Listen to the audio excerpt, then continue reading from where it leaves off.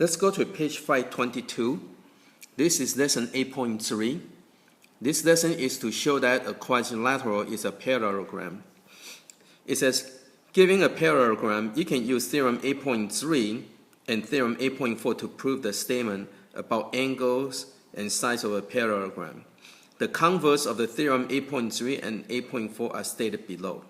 So converse is the opposite, okay? And it says you can use this and other theorem in this lesson to prove that a quadrilateral with a certain property is a parallelogram.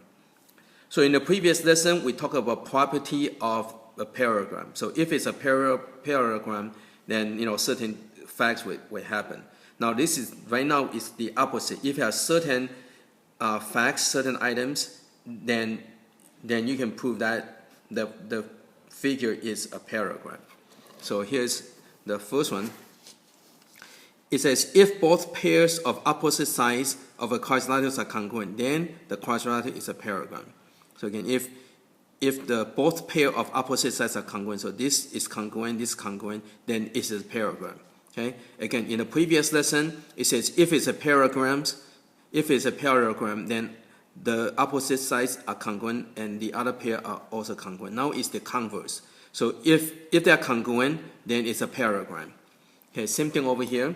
Okay, remember in the previous lesson, if it's a parallelogram, then opposite angles are congruent. So right now it's the converse. So if both pairs of opposite angles are congruent, then it is a parallelogram.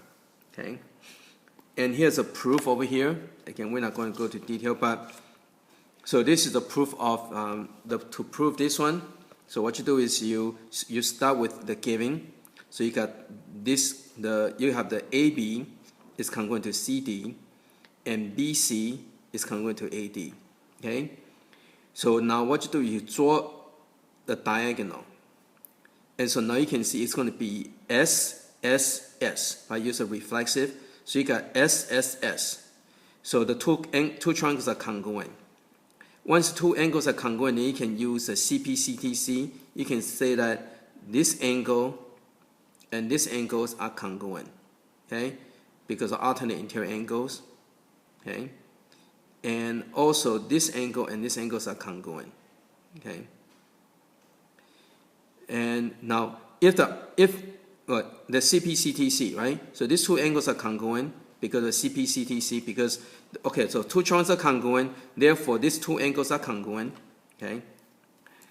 So these two angles are congruent. Now if these two angles are congruent, that means this would be parallel, right? Because if the alternate interior angles are congruent, then the lines are parallel.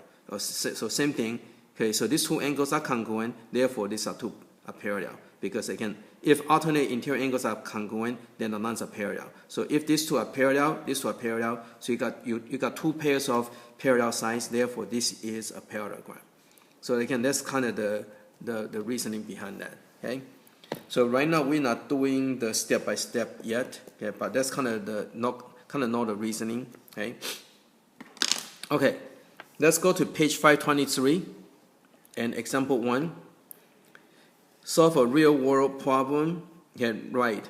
An amusement park ride has a moving platform that attached to 4 swinging arms. Okay, so you got the swinging arms over here, and that is the platform. Okay, and it says the platform swings back and forth. So swing back and forth. Okay, higher and higher until it goes over the top and around in a circle. So actually, this can because this can the swing. So this platform can go in a circle. Okay. In the diagram below, it says AD, okay, and BC represent 2 of the swinging arms, and DC is parallel to the ground, the line L over here. Okay. Explain why the moving platform AB is always parallel to the ground. Okay. Okay, well, see, because this is fixed and this is fixed, right? The distance is fixed, so these two are congruent, and these arms are congruent. So you got 2 pairs of opposite sides are congruent. Therefore, this is a parallelogram. Okay. Now, if it's a parallelogram, this would be parallel, and since this is parallel to the ground, So if this is parallel to this and this is parallel to this, therefore this would be parallel to the ground. And therefore this is always stay level. Okay. Okay, so here's more theorem. Okay, so theorem 8.9. If one pair of opposite sides of a quadrilateral are congruent and parallel. So again, if one pair are congruent and also parallel, then the quadrilateral is a parallelogram. Okay, so that's 8.9. 8.10. Okay, if the diagonal of the quadrilateral bisect each other, then quadrilateral is a parallelogram. Okay, so again, if the diagonal bisect each other, then it's a parallelogram. Okay, so again, all these are converse from the theorem we learned earlier. Okay, now before we get to example 2, let's go and jump ahead first to page 525. So here are important facts, the important concept. Okay, so concept summary, super important. It says the ways to prove a quadrilateral is a parallelogram.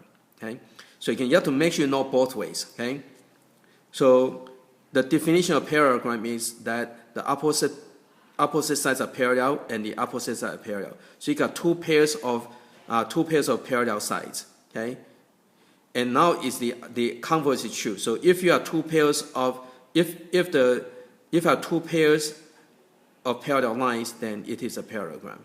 Okay. Now over here again, it says show both pairs of opposite sides are congruent, because remember, if it's a parallelogram, the opposite sides are congruent, opposites are congruent, right? So now if you have this condition, then it is parallelogram. Okay. So again, if you have opposite angles are congruent, for both pairs, then it is a parallelogram. Okay. And again, if you have one pair of sides, they are both congruent and parallel, okay, and then it's a parallelogram. Over here, if the diagonal bisect each other, then it's a parallelogram. So there are 5 ways. So make sure you're familiar with these 5. Okay. Okay. Let's go back to page 524. Okay. Identify a parallelogram. Architecture. Okay. The doorway shown is a part of a building in England. Over time, the building has leaned sideways. Explain how you know that SV is equal to TU. Okay, so notice the giving. So this and this are congruent and parallel. So if you have one pair of sides, they are both congruent and parallel, then it is a parallelogram. Okay. Now if it's a parallelogram, then the opposite will be congruent. Opposite sides are congruent. Therefore, this and this will be congruent because this is a parallelogram. Okay. Again, this came from this over here. Okay. So again, if it's a parallelogram, so you use this to prove it's a parallelogram. Then after you prove that it's a parallelogram, you apply that so that opposite sides are congruent. Okay. Okay. Example 3. Use algebra with a parallelogram. It says for what value of x is a quadrilateral, CDEF is a parallelogram. So if this is a parallelogram, then the diagonal have to bisect each other. So CN have to equal to NE and FN have to equal to ND. So since again it bisects, that means this have to equal to that. So that's your statement, right? FN equal to DN. So FN equal to DN because the parallelogram, the diagonal bisect each other. Okay. So again, if it's parallelogram, the diagonal bisect each other. So when it bisect, it means this have to equal to that. So that's where this came from. Fn equal to Dn. Then after that, you substitute the expression. So Dn is 5x minus a, right? And then over here, that's equal to 3x. So from here, you subtract 3x from both sides. So you get 2x minus a equal to 0. Then after you add 8 to both sides, you get that. And then from here, divide both sides by 2, you get x equal to 4. Okay? So that's it, x equal to 4. Okay? Okay, so again, let's go to page 525. So make sure you have these notes. Okay? This is very important. And that's why you have this kind of in a red box. Okay? Okay, so let's go to example 4. Use coordinate geometry. It says show that quadrilateral ABCD is a parallelogram. So again, there are different ways you can do it. You can try to, so if you're going to do this way, okay, then what you do, you have to get the slope of this slope of these, right? And the slope is the y over the x. So the slope of here. So again, when you have graph on the graph paper, it's super easy. Okay. So the slope of AB. So if you're going to try to prove this way, okay. So you have to prove they're parallel. That means you have to get the same slope. So from here, the slope of AB is from here to there, right? So again, you go up to, see the square, you go up to, so that's 2, right? And you go over 1, 2, 3, 4, 5, okay? So slope of AB equal 2 over 5, okay? And slope of DC, okay, from D to C, again, you go up to, right? Remember, slope is the y2 minus y1 over x2 minus x1, right? So you can just count the square, right? The y over the x. So from here, you go up to, and you go over 5. Okay, see that? So you can see that this is parallel because they have the same slope. The same thing over here. Okay, so you have the slope of AD equal to, now when you go down, you have to go minus, right? So from here to you have to go down 3 over 3. So it'll be minus 3 over positive 3. Right? Go down 3, go over 3. Now you don't have to worry about simplifying, okay? And then we're going to find the slope of BC. So from B to C, okay, you go down 3 over 3. So make it 3 over 3.